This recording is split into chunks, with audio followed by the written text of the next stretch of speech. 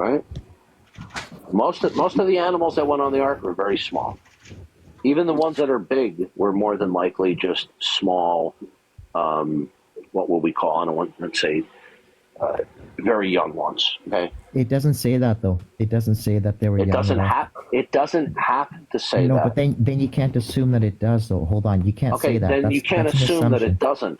No, but then you're stating something. Sir, listen to me. Listen to me carefully. Can you rule out? Can you rule it? So are most land animals small? Elephant, giraffes, hippos. Yeah. First of all, your microphone needs to be fixed. Well, this is the best I can do, so you'll have to. Well. First of all, most land animals are small. Many land creatures are just successive permutations of an existing kind. Okay, so there. Have you seen the Ark Encounter? No, but I've seen a documentary on Netflix. Okay, hold on a second. So, do you have any idea how large the Ark was? No. Hold on a second. Do you know that within the Babylonian Ark myths, they describe the Ark as a cube? Okay, and they put the dimensions to the test, and it's completely unstable. Do you know that they have constructed various models of the Ark down to the precise dimensions? Even the United States Navy, I believe, has done this experimentation. And what they found is that the dimensions of the Ark are inherently stable. Okay, but just a second. What dimensions are you talking about? There's no blueprint of the Ark, by the way. Like, there's nothing there. Like, sir, the Bible does give the dimensions. Yeah, it does. Sir, if there's not does a blueprint? First of all, how do you know that Noah didn't have something that he wrote down under the guidance of God? Okay, where did we get the dimension? So how big is it? Look, sir, listen to me. Do you have a defeater for the narrative of the Ark and the flood? I do. It would have to rain 59 inches consecutively every single day for it to have that much water on Earth. How? Okay, you don't understand. You're thinking. But I do understand. It would have to rain 59 inches every day. T, how old are you? T, how old are you? I am 20 years old. Okay, yeah, I'm 63. I'm more than 3 times your age. I'm going to tell you to your face, you don't know what you're talking about. The Bible doesn't teach that the flood was only or predominantly the product of rain. It just simply said it rained for 40 days and 40 nights. So, were you sir, under the where impression, are the geological... hold on a second. Were you under the impression that the flood waters covering the continents was predominantly or solely the product of rain? Yes, that's what it says. That's what it's always been. No, sir. Where does the Bible say that the flooding over the land was predominantly the product of rain? Where does it say that? Because it says 40 days and 40 nights, or whatever it says. Yeah, it says it. Rain. Do you know what coincidence is? What does that have to do with? You're not understanding. The Bible talks about the fountains of the deep erupted.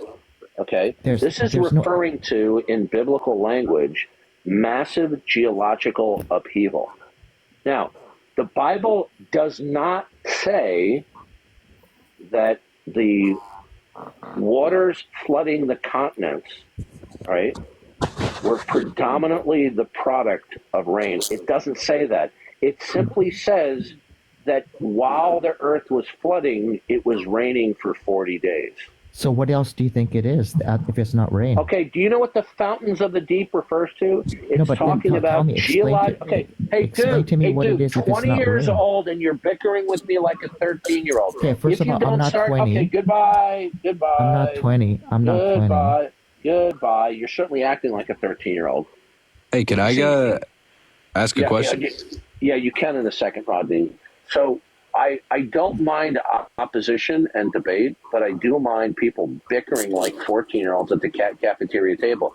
So the bottom line is here. The Bible does not say, and even if it did, you're not in a position to dispute that. Did it ever give any other reason for the flood? Yeah, it says that the fountains of the deep erupted. And what does that mean if you're not allowed to dispute that? Sir, listen to look. You know what pisses me off more than anything else is not your disagreement. It's your immaturity, the way you conduct yourself. You don't know how to debate like an adult. Okay?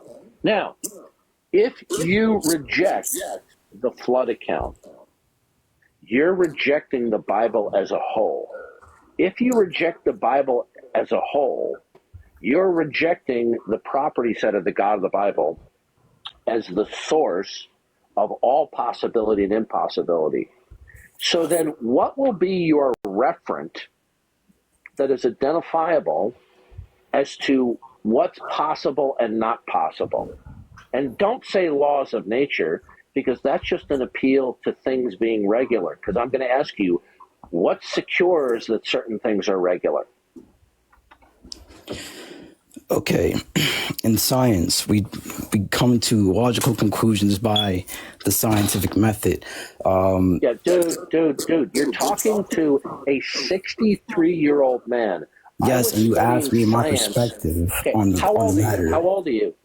Sir, are you going to let me finish, or are you going to... No, I will let you finish. I want to know how old you are. I think you have a problem with people not believing in the Bible. I think that's the issue. Sir, listen to me. It would be wise of you to be at least a little bit cooperative with me. How old are you? I am 20 years old, sir. Okay, you're 20 years old. So just remember, you're talking to somebody who has 3 times your life experiences. Do you think you're really going to educate me on science of something that I don't know? Yes, I can educate you on quantum physics. Tell me one thing in science that you know that I don't know.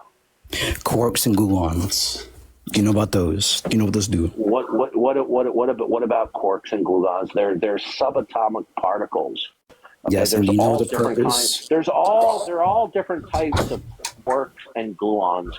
There are different colors of them at a subatomic level, and in different combinations and in different arrangements, they produce things like protons and neutrons. Okay? Boom. Now, what does this have anything to do with science vis-a-vis the Bible? I'm going to ask you a question, Mr. Smarty Pants.